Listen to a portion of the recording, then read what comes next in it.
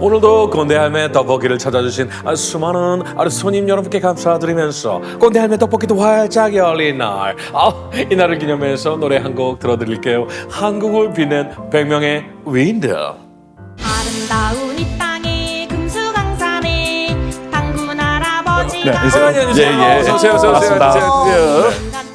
서경덕 교수님 아시죠? 아유, 예, 맞습니다. 아유, 반갑습니다. 아유, 예. 아니 서경덕 교수님 하니까 옛날에 황진이가 좋아하던 남자 이름이 서경덕이었는데 그 남자가 환상을 했나? 준이 오빠가 이쪽으로 마음이 간다. 잘 가. 어서 가. 예. 저도 가세요. 떡볶이 떡볶이 떡볶이 떡볶이 떡볶이 떡볶이 떡볶이. 사실은 개천절을 빨간 날로 생각하는 국민들이 많아졌어요. 맞아. 기원전 2333년 우리나라 최초의 국가라고 할 수 있는 고조선의 건국을 기념하는 홍익인간의 이념을 또 계승하자 국경일이 된 거죠.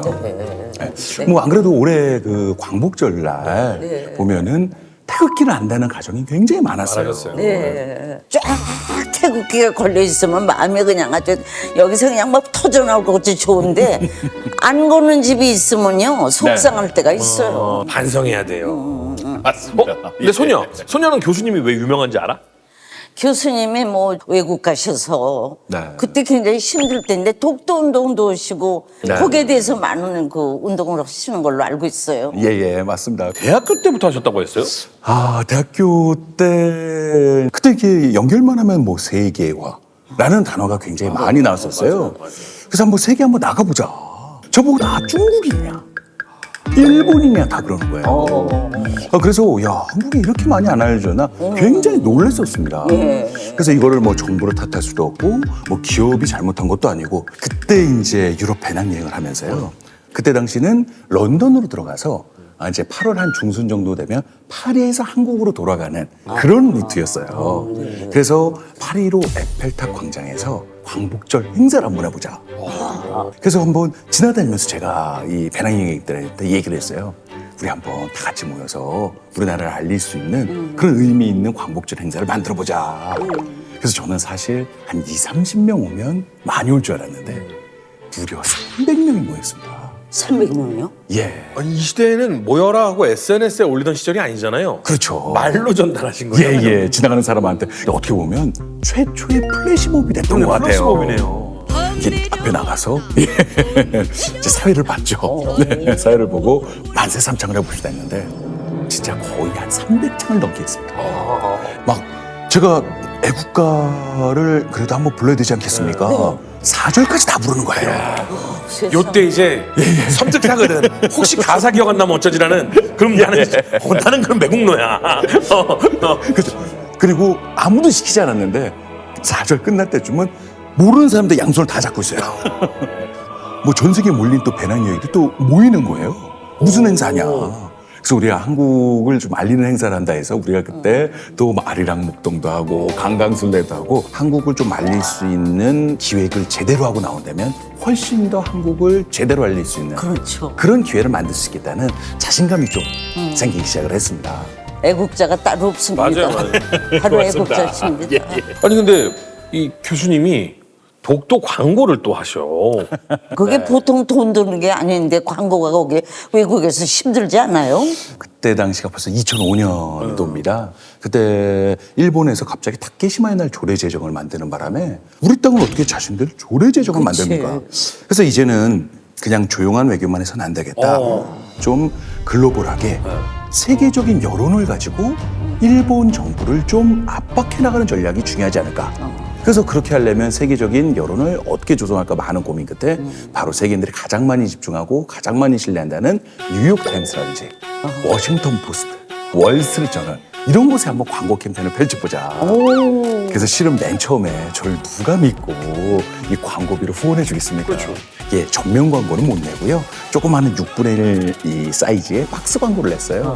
그래서 그때 이제 대학원 시절에 조금씩 알바를 해서 속칭 짱박아 놨던 모든 비용을 한 방에 다 투입해서 그러면서 그 비용을 언젠가는 의미 있게 한번 써보자 했었는데 그때 그렇게 광고를 내게 돼서 개인적으로 또 굉장히 뿌듯하고 영광이었죠. 김치 공정 때문에도 또 네. 대응을 하셨죠? 맞습니다. 요즘에 중국이 이렇게 말도 안 되는 주장을 할 때 오히려 좋은 계기로 삼아서 김치를 세계인들한테 더 알릴 수 있는 그래서 뉴욕타임스에 김치 광고를 게재를 했고요. 그 광고 파일을 가지고 전 세계 젊은이들에게 SNS 캠페인으로 저희가 널리 퍼뜨리게 되고요. 100만 건이 넘는 조회수가 나왔습니다. 예. 그럼 그들은 반응이 어때요? 예를 들어서요. 중국의 최대 이 검색 사이트죠. 바이두라고 들어보셨을 겁니다. 네. 그곳에 또 김치를 검색하면 김치가 중국에서 유래했다라는 문장이 있더라고요. 어머. 바로 항의를 했죠. 그때 몇 시간 뒤에 그 문장이 없어져요. 그래서 얘들은 드디어 정신 차렸구나 했는데 김치에 관련된 사안에 관련돼서 네티즌들이 바꿀 수 없도록 아예 잠금 장치를 해놨더라고요. 그러니까 그런 부분들이 자신감이 결여돼 있다는 거죠. 세게 나가야 우리의 것을 지켜나갈 수 있다는 걸 다시 한번 느낄 수 있었던 좋은 사례였습니다. 혹시 서 교수님 공격 안 받으셨어요? 저는 정말 불로장생할 거예요. 중국과 일본에서 워낙에 공격을 많이 해서요. 네, SNS 완전 테러를 합니다. 뭐라고 해요? 굉장히 짧아요. Kill you. 아주 짧아요. 그래서 그런 부분인데, 그러니까 저한테 공격하는 건 상관이 없는데 제일 안타까운 건 우리 딸아이 사진을 딱 뽑아가지고요. 예를 들어서 일본 우길기에 합성을 해서 그래서 막 같이 올려놓고요. 그런 식으로 막 공격을 한다라는 거예요. 이제 그래서 참 그들의 수준이구나. 그래서 그냥 편안하게 우리 딸이랑 함께 보면서 웃으면서 넘기고 있습니다. 정말요? 네. 기절하겠네. 대단한 집안이다. 나중 가면 예를 들면 야, 3.1절은 우리 명절이야. 이런 거 뭐 주장할 것 같다라는 생각이 들어요. 말도 안 되는 걸 너무 하니까. 근데 비슷한 주장이 있죠. 특히 이제 설날 명절이 영어로 하면 루나 뉴 이어예요. 네. 근데 중국에서는 차이니즈 뉴 이어로 전 세계 계속 홍보를 하고 있는 거예요. 근데 설날은요 중국만의 명절이 아니라 우리 대한민국 그리고 그렇죠. 필리핀 그다음에 말레이시아 이 아시아권에 있어서의 명절인데 명절이다. 예.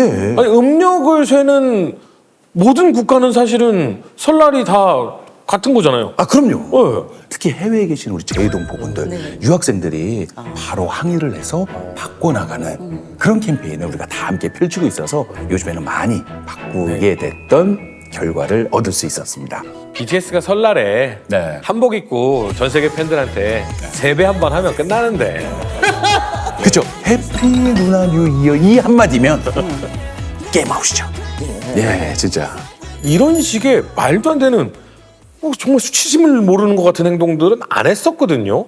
근데 요즘 같은 경우는요, 서양인들이 아시아권 문화를 손꼽으라고 하면 한국 드라마, 한국 가요, 그럼요, 한국 영화.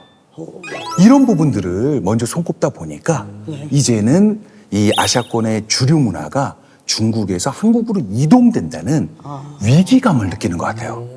그런 위기감에서 나오는 또 하나의 반로 현상이 아닐까라고 저는 그렇게 판단하고 있습니다. 근데 우리 소녀는 할머니가 많이 이제 사람들한테 알려졌잖아. 근데 해외 사람 중에 할머니를 알아본 사람이 있어? 한국 사람 말고. 그게 문제야. 아무도 몰라. 그러니까 좀 많이 좀 도와주세요. 알겠습니다. 할머니 꼭 모시고 한번 제가 해외에 나가서 멋진 행사를 한번 해야 되겠네요. 할머니는 아무것도 안 해도 돼. 가서 한 번씩 웃고 들어오시면 돼. 오늘도 시작되는 건데 라떼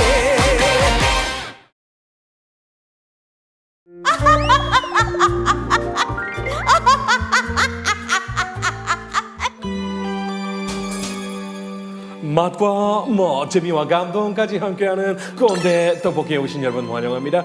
입장권 안 끊으셨어요? 컴온.